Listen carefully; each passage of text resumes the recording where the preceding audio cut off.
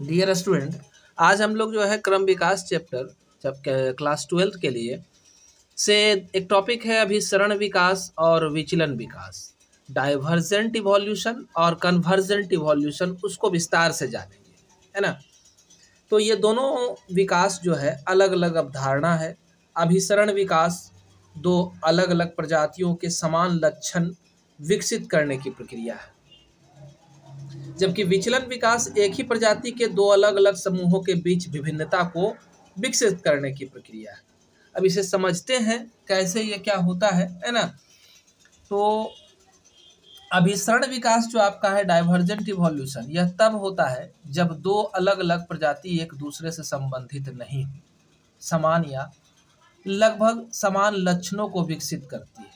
उदाहरण के लिए पक्षी, तितली, चमगादड़, तीनों के पंख है, वो उड़ भी सकते हैं, लेकिन उनके पूर्वज क्या थे, अलग अलग थे। पक्षी के पंख का विकास कैसे हुआ, तो उसके फोर लिम्ब से हुआ। तितली में क्या है, तो उसके पैर के अलावा एक्स्ट्रा ऊपर से जो है अलग ओरिजिन है ना, तो उसकी उत्पत्ति अलग है।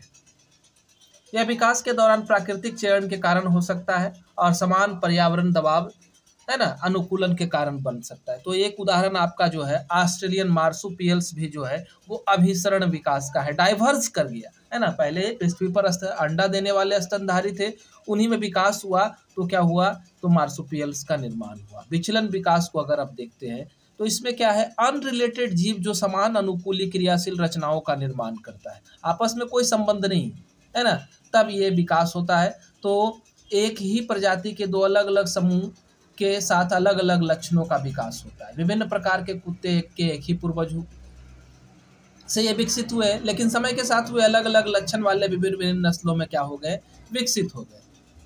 तो ये डाइवर्जेंट है, विचलन हुआ है, कन्वर्जेंट है, विचलन हुआ है। यह विकास के दौरान अलग अलग परिस्थितियां उत्पन्न हो सकती हैं। ऑस्ट्रेलियन मार्सुपियल्स कैसे विकसित हुआ, प्लेसेंटल स्तनधारी कैसे विकसित हुआ। अभिसरण विकास समान लक्षणों को विकसित करने की प्रक्रिया है, जबकि विचलन विकास जो है वो अलग अलग लक्षणों को विकसित करने की प्रक्रिया है। अभिसरण विकास दो अलग अलग प्रजातियों में हो सकता है, जबकि विचलन क्या होगा, एक ही प्रजाति में होगा, अलग अलग समूह में हो सकता है। दोनों में प्राकृतिक चयन और प्राकृतिक दबाव काम करते हैं।